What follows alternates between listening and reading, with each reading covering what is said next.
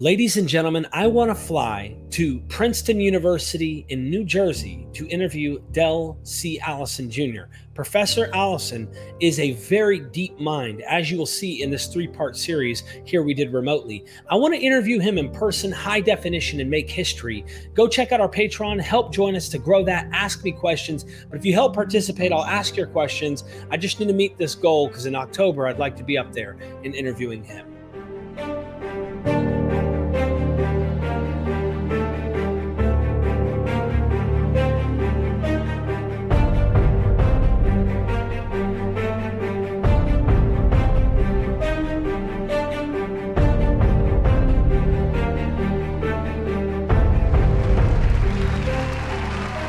Welcome back. Dr. Del Allison is joining me, and I almost call you Junior because when I go online looking you up, it's like it's Del Allison, and then there's Del Allison Jr., and you're both authors.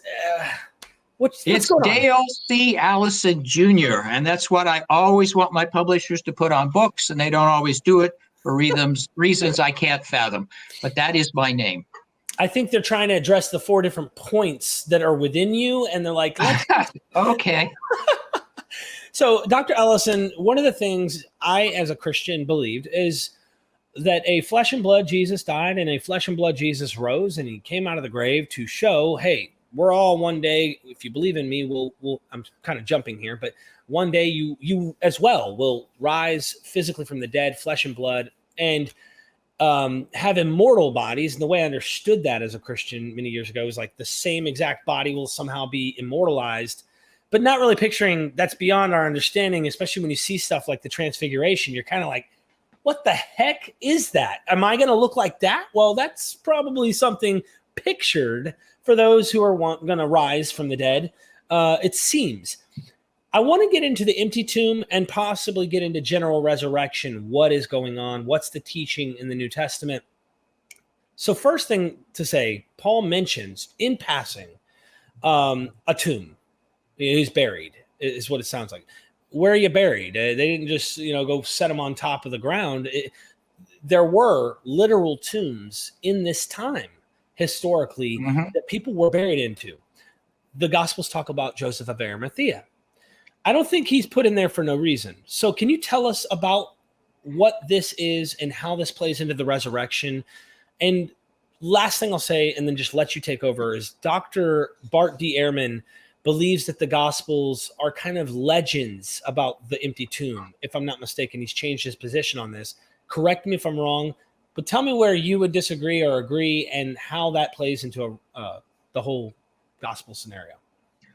Okay, so the view I take in the book, and which I dub as probable and not certain, is that there's memory behind the story of the burial, and that there's memory behind the story of women running into Jesus's empty tomb soon after he died. So for me, those are two historical conclusions, but they're probable, they're not certain, and somebody could convince me otherwise down the road. Now, I think that the two stories hang together. That is, I think the burial and the empty tomb go together. So what I do in the book is I have a whole chapter discussing whether the story of Joseph of Arimathea goes back to a memory, and then a whole chapter on whether there's any history behind the story of the tomb. Now, with regard to Joseph of Arimathea, the most popular skeptical proposal today is that the Romans, as a rule, when they crucified people, left them up on the cross, right, for scavengers, for vultures, or they took them down and just threw them disrespectfully into a pile, and the dogs would eat them. And that seems to have been the normal course. But I don't think that that's what happened with Jesus. So first of all, the earliest tradition, as you indicated, is 1 Corinthians 15. And Paul says he was buried. I don't think he would speak that way if he were just thrown into a pile and eaten by dogs. And then the Gospels, all 4 of them, have a story of burial. So I guess one observation I would make doesn't establish that this is not a legend. But it's worth noting, I don't see a rival tradition here. Some people have tried to find them here or there. I don't think that there is a rival tradition. The second thing is that Josephus actually says that the Jewish custom is to take down even criminals from crosses and bury them before nightfall. Now that comes out of the Pentateuch, comes out of Moses, Deuteronomy, 21, where you're not supposed to leave a body on a tree overnight. We know from the Dead Sea Scrolls and other texts that this was understood to refer to crucifixion. So what Josephus is saying is that we take down criminals from crosses, and implicit in this, I think, must be the idea that when it isn't wartime, the Jews try to get bodies down to bury them, and that's what happens in the Gospels. We also have a rabbinic text. It's an extra Mishnaic tractate, but it talks about somebody being crucified, and then the relatives going to the Roman authorities and asking for the body. Now, in this particular text, the authorities say no, and so the question is, should we steal it? Is it a pious thing to do to get it back? But the point is that this source remembers, or could remember, that people asked for the bodies to come back. We also have, I don't know if you've been to Jerusalem, but we also have the body of a crucified man, and it was found in an ossuary. It's pre-70. If you go to the Israel Museum in Jerusalem, you can see it. It's in a glass case. Wow. And we know that this guy was crucified because they hammered his a nail into his ankles to hold them together, and it went into a knot. And when it was time to take him down, they couldn't get the nail out. So they just cut the wood, and the wood's still there with the nail in it and the ankles. But the point is, this guy was crucified and he was buried, and this is pre-70. So here we have archaeological evidence of a crucified victim, presumably a victim of Roman crucifixion in the 1st century. And he was given a burial, a Jewish burial, in a bone box, in an ossuary. Now, sometimes people say, well, there's only one of those, so that doesn't show anything. I think the problem with that argument is that we just don't have many skeletons at all. I remember talking to an archaeologist, where are all the bones? Where are all the skeletons from 1st century burials? And the answer is, we don't know. They're just not there. So, I think that's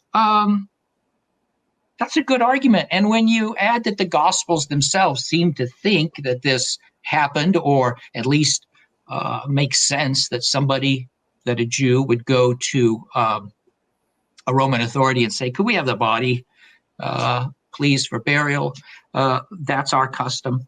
So I think that this story makes sense. I also don't think that early Christians would have made this burial by the member of a Sanhedrin. That's really out of sync with what you find elsewhere in the Gospels. Anyway, so for those reasons and others, I end up saying I think there's an historical memory here. I think somebody named Joseph of Arimathea buried Jesus. By the way, also, there are rival accounts of how this story was created. And part of what I do in that chapter is try to argue that none of them are persuasive. All right. So whether others are persuaded by that, I don't know. But once I've concluded that chapter and said, I think, despite questions that we have, what was Joseph of Arimathea's intention? Was he doing this on his own? Was he acting as a member of the Sanhedrin? Was he usually in charge of the burial of criminals? What happened to the other two bodies, and so on? I don't know the answers to those questions, but I think the basic memory is still there. One more thing. I don't see why they would have invented this story if it weren't true. My reasoning there is they lived with crucifixion. crucifixion was shameful and abhorrent and terrible. And I find it odd to say, well, Jesus was crucified, and the early Christians, like Paul in First Corinthians, can, celebrate that or wallow in it, turn it into a positive, but they just couldn't stand the thought that Jesus hadn't been buried. And so they made a burial story so he could be honored. I think that's a little odd. They could live with scandal and crucifixion. So I think they could have lived with a burial. Now, if I could, I'd like to make a confession. As someone who, I was evangelical Christian, hardcore fundamentalist, to full mythicist skeptic is what I was not too long ago. I'm still a skeptic, of course, but I like to say a skeptic light, someone who really doesn't buy that this is supernatural the same way I would apply to maybe looking at another religion, if you will, or even like Mormonism. I would approach it with the same tendencies as I would with Mormonism, but a little bit different, I would say, because Joseph Smith had some serious credibility issues, whereas in this case, it seems very traumatic. The time in which they're living is extremely traumatic. And then we get into psychological stuff as to why maybe someone might have post-mortem experiences or whatever it might be. That I look at natural explanations and say, they might make more sense to me. But I want to make the confession to you, Dale, and my audience. I used to even think Jesus was only crucified in the heavens for a moment, kind of the Richard Carrier, Dr. Price angle. And what it seemed to me ad hoc, because we have real people being actually crucified in the first century and messianic figures at that by the Roman Empire. So it just seems like you talk about the connections between things, seems to be the most plausible that there's a real guy here and he actually gets crucified by Rome. Why the heck make him shamed like that? And in fact, Mark doesn't end in the prettiest note in comparison by saying, my God, why have you forsaken me? Like, whoa, that's very human. That's even though it is mimesis, in a sense, it's kind of a pesher, if you will, like borrowing from the Old Testament to the mouth of Jesus. It's still not pretty. Why make that up about your Savior? Very tough stuff. So, yeah. Well, I'm agreeing with you. Okay. Thank you. I think I can't prove any of this. That word just doesn't work here. But there's something in New Testament scholarship known as the criterion of embarrassment. And I have problems with this, and I'm known as a critic of it. But it grows out of the claim that some of these traditions are hard to understand as freely made up, as creation ex nihilo. And, that's what I'm doing in the book. I can look at Jesus eating and Jesus being touched and say, well, I understand why somebody created that. It's harder to do that with Joseph of Arimathea. And in my judgment, nobody's made the good case for that yet. And I think I've made a decent case to the contrary. Can you tell our audience just briefly, like what others say, don't go too deep, and then mainly what you say and why? Well, I just gave you an outline of my reasons if you're talking about the burial, right? But Joseph of Arimathea, for example. Well, I mean, nobody has come up with I don't know of any plausible explanation for the invention of this name or making him a member of the Sanhedrin or putting him in charge of Jesus's burial. Can I throw one to you and get your thoughts on this? Yeah, I've heard Joseph Arimathea, right? This is what I've heard. And tell me how off you think this is. And I respect your answer no matter what. Joseph of Arimathea sounds very much like Joseph Bar Matthias. And here you have a Josephus, supposed Josephus connection, where Josephus talks about going in his account, I think it's biography, and taking down 3 members, his close friends, from the cross. And 2 of them die, but one of them survives his wounds and is alive. Could there be a parallel here in your world or no? This just doesn't. Okay, so I don't find that convincing. And one of the things that people always do when they're trying to look for an explanation for a story is they find parallels. Okay.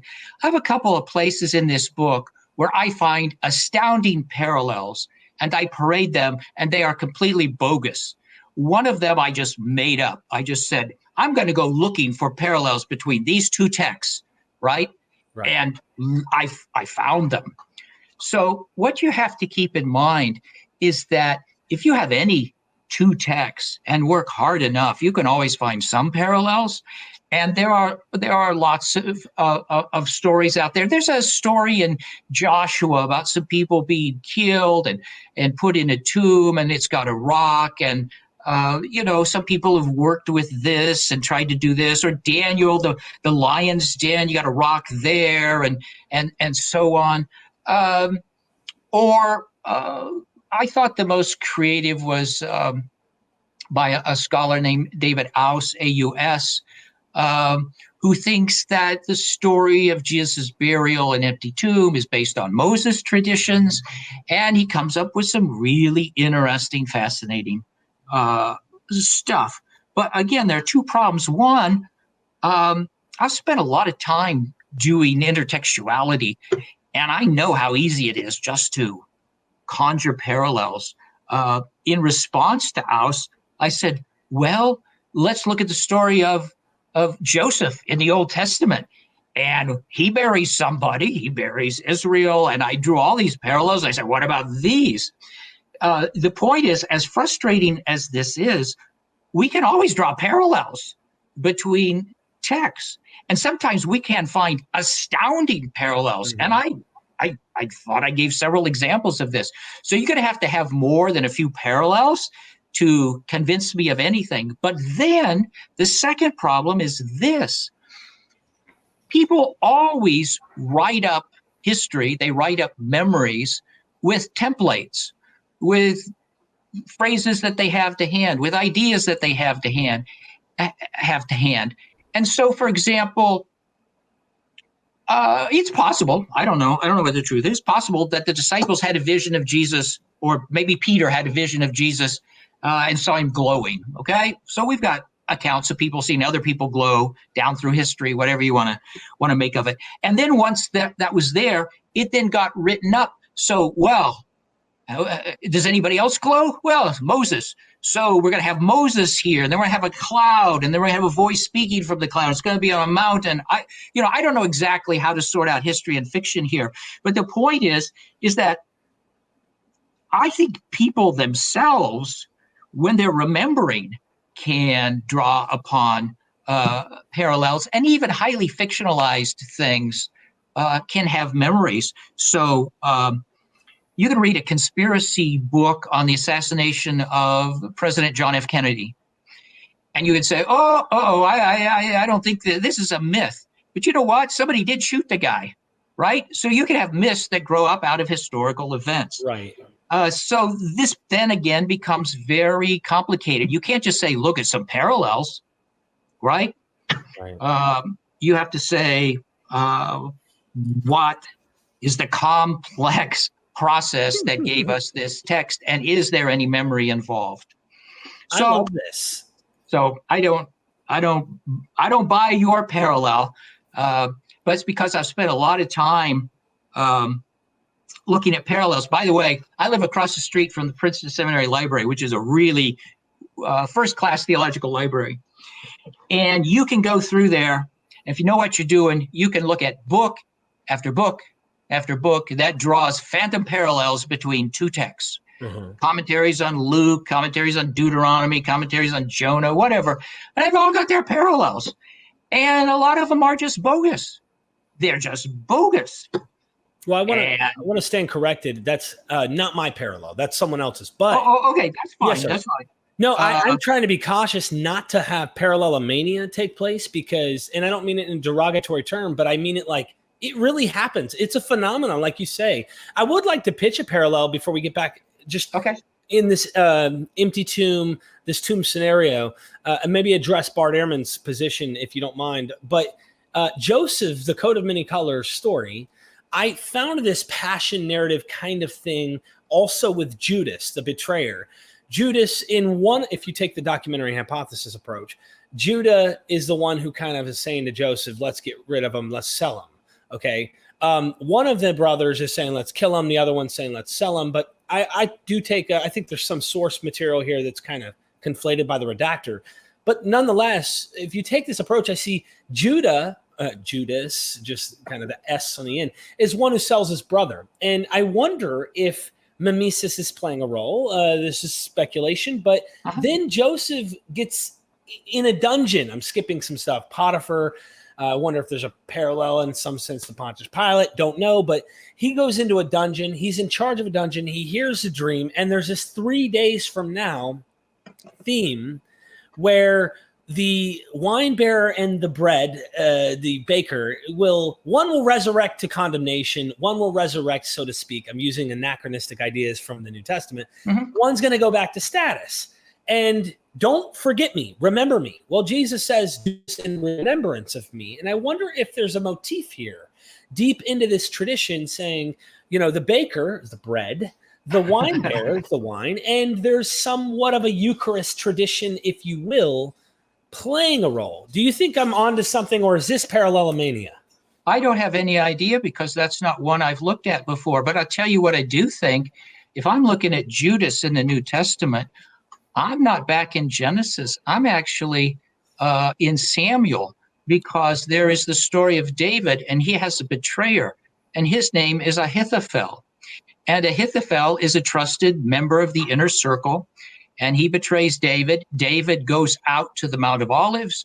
He weeps there. He asks God for deliverance. And if you know that story, you'll also know that Ahithophel, he goes out and hangs himself. Matthew says of Judas, he went out and hung himself. Matthew's actually cut and pasted from that story. Wow. All right. So, and also, one of the verses that's cited about the friend and the bread in the Gospel of John lifting his heel against me, that's from a psalm that's attributed by the rabbis to Ahithophel. So the problem is here, what do you do when you have, I got a bunch of good parallels here, and I got a good bunch of parallels here, and I got a bunch of parallels here. Can they all be true? This is a real problem. So one of the things I did years ago was I wrote a book called The New Moses, and it's a book on what I perceive as a Moses typology that runs throughout the Gospel of Matthew. And some people have read this book and said, this is really good, it's on target. Other people have read it and said, there's more here. He hasn't seen everything that's here. And others have read it and said, no, he's a victim of parallelomania. Jesus isn't like Moses, and so on. So this whole issue of intertextuality, of how one source relates to another, it really is very difficult, which is one reason why New Testament scholars for about 30 years now have been in a debate looking for criteria by which you can judge that one text is actually using another or alluding to another. You may be familiar with Dennis MacDonald and some of his work. So he sees parallels with the between the Gospels and, let's say, Homer, right? Right. And some of them are interesting, but the truth is that most of the books haven't convinced a lot of people, right? So maybe the guild has not been fair to him, or maybe he's seen things that aren't there. Actually, I read one of his books, I think it was on Mark maybe, and Homer. And I thought it was funny because the one place where I see Homer in the Gospels, he doesn't see it. It's the place where if you have faith, you can pluck up a mountain and throw it into the sea. And if I ask, have I ever seen that before? Yeah, it's the story of the Cyclops, who takes a mountain and he throws it in the sea. Anyway, I don't have any idea whether that has anything to do with the saying of Jesus, but it's a parallel, and it's one he didn't do anything with. So, wow, you have well, the question is broader than this. What do you do? Just with all these resurrection traditions. So you can look at Greco-Roman parallels to people who are exalted, or maybe even their bodies are missing, right? But then you can look at modern visionary stories of people who run into their dead relatives, and a lot of these parallels make sense. You can do parallels with Moses. You can do a lot with Moses. There's a lot of Jewish lore about Moses. You can draw these parallels. It used to be in the 19th century during the heyday of, well, I guess you would know this better because it's been revived. You know this well. People would then draw all sorts of parallels between the Gospels and the Greek gods, right? Mm-hmm. So what does this tell us? Does it tell us we can just find parallels where we want to, or if we work hard enough, we seek and we will find? Is that what this is? And how do we tell which group of parallels is actually relevant to the subject at hand? And again, I'm going to say this is very difficult, and there are no simple answers. And I've often argued for parallels that other people have looked at and said, Allison doesn't know what he's doing here. Right. And I'm sure I'm right. Wow. Right? So I think it's important to practice certain tools of milieu, right? Trying to stick within the milieu. Because we could make a parallel right now for whatever president, there's always something. You're right. If I may, on the apotheosis thing and the missing bodies concept that we see within the Greco-Roman world, this is obviously taking place in a Hellenized, Roman world. And I love that we've been floating around just kind of like discussing concepts and saying how these things are. But if I were to ask the skeptic within you to put on his cap for a second and to play skeptical on this, if you were to try and say, look, let me try and naturally explain what may have happened to you based on the evidence that you've looked at and how you perceive all this information, how would you best explain this if you were trying to say, well, there wasn't a literal, actual, physical resurrection of Jesus? What happened to his body? What do you think is the best way to explain that from a skeptic point of view? Okay, I think there are two theories, and actually argued for one of them in the book. I said I want to be even-handed, and I want to come up with the best skeptical hypothesis I can. And part of it's not agenda, it's actually conclusion. I think an awful lot depends upon worldview and where you start and what you're rooting for and so on. Anyway, I think there are two possibilities. One is the story of the empty tomb is just a myth. Now, I argue that it's not. The strongest argument for it is that you can find these parallels. You can find some Greco-Roman parallels. You can also find Christians later on inventing stories of missing bodies. John the Baptist's father goes missing in a 2nd century Christian text. I think it's the Acts of Paul, where Paul rises from the dead, comes back and talks to Nero after his head's been cut off. So there is a case for a mythological origin for the empty tomb. And there again, the Greek parallels, the Roman parallels would be the strongest thing you have. Now, I argued against that in the book, but I said that the issue is not an easy call, and you can go back and forth and so on. But if I were a skeptic, that's not the view I would take. If I were a skeptic, the view I would take is that the tomb of Jesus was robbed. And we know from ancient sources, the magical papyri and elsewhere, novels and so on, that people stole bodies, and they sometimes used them for magical recipes, body parts, the parts of people who were victims of an untimely death or victims of a violent death or crucifixion victims. We have some recipes. We also know from the sources that this is something that went on. People stole bodies. Now, if you're a naturalist, a plausible story is that Jesus was buried and somebody wanted the body for their own purposes. And so they came at night. When else are you going to do this? It's going to be at night. And if you're in a hurry, you're not going to put the stone back over the door. You're just going to run away, right?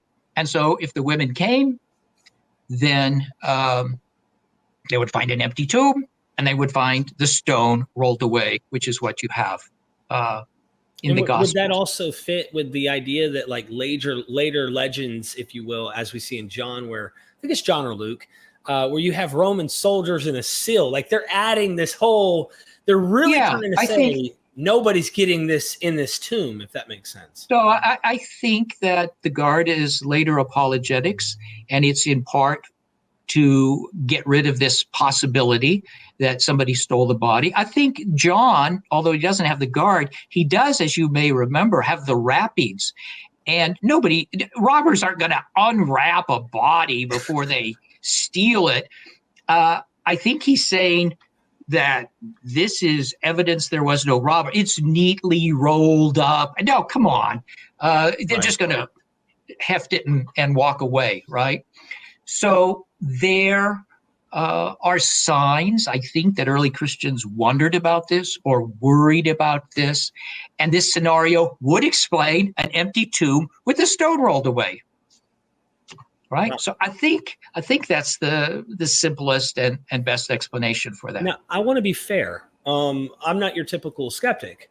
I would like to hear what seems to be the most plausible apologetic approach that you would take. And I mean, a scholarly, approach as an apologist, saying, I'm putting on the apologist hat now. This seems to be the best data I would put. Because I know you're not an apologist, but I think it's only fair to kind of give the other side, if you don't mind. Well, the other side would say there's no evidence for that. It's purely hypothetical. What an odd coincidence that Jesus predicted his own resurrection, and then somebody stole the body conveniently to make them think this.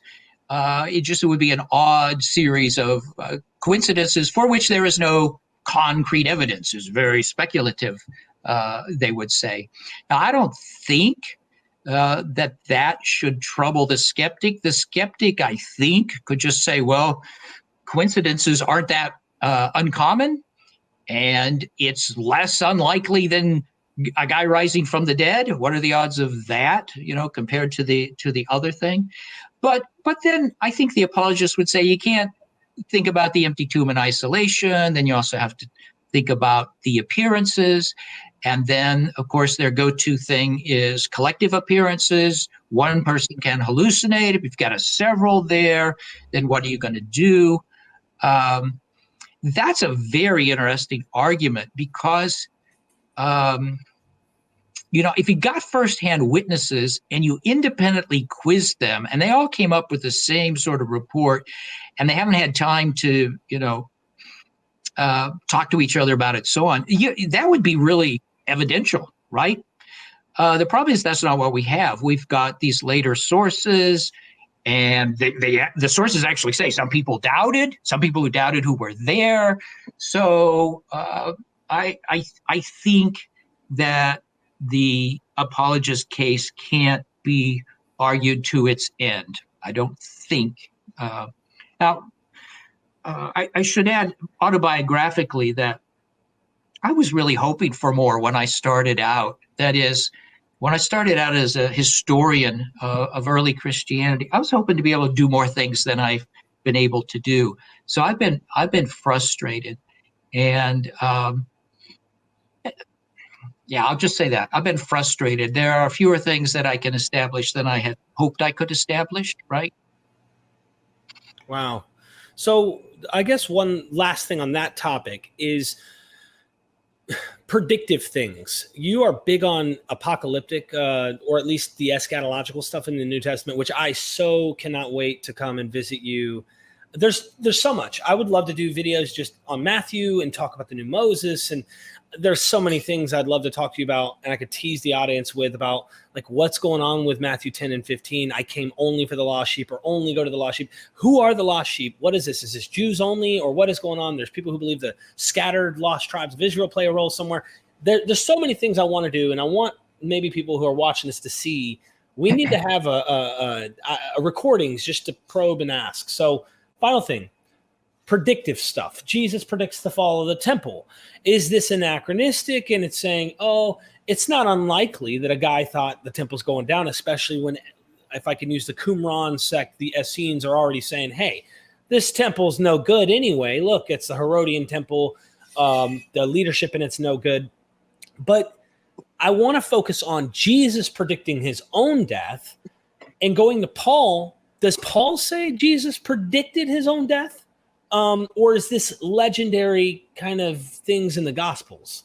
Okay, so Paul does, it seems to imply that Jesus predicted his own death. The reason is in 1 Corinthians 11, he's got the words of the Last Supper, and Jesus is presumably alive when he's uttering these, and he's talking about his death.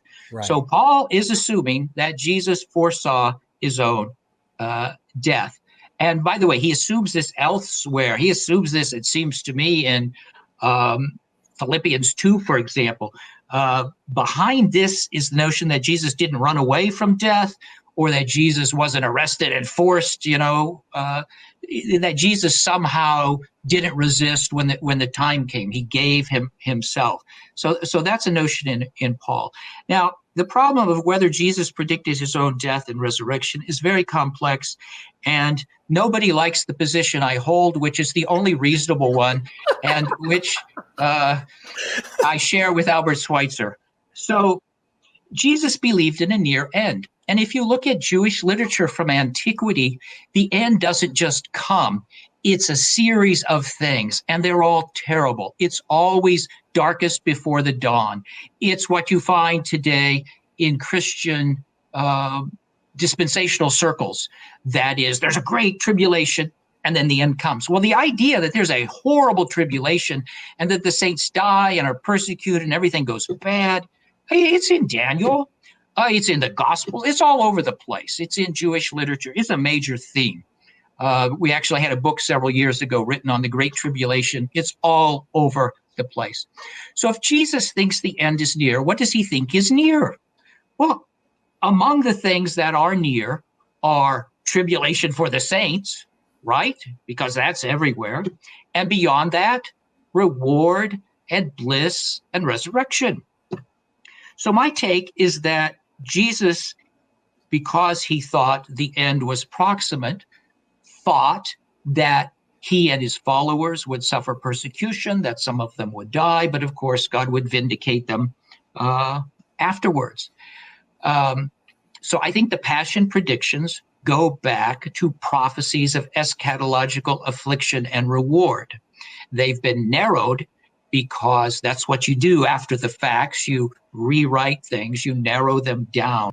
I can't think of any context in which a first century Jew could have said, yeah, I'm going to die, and then I'm going to rise 3 days later. Right.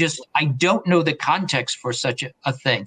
But the thing I just shared with you is a context that makes sense, and it makes sense to the data in the Gospels. It's just perfectly reasonable.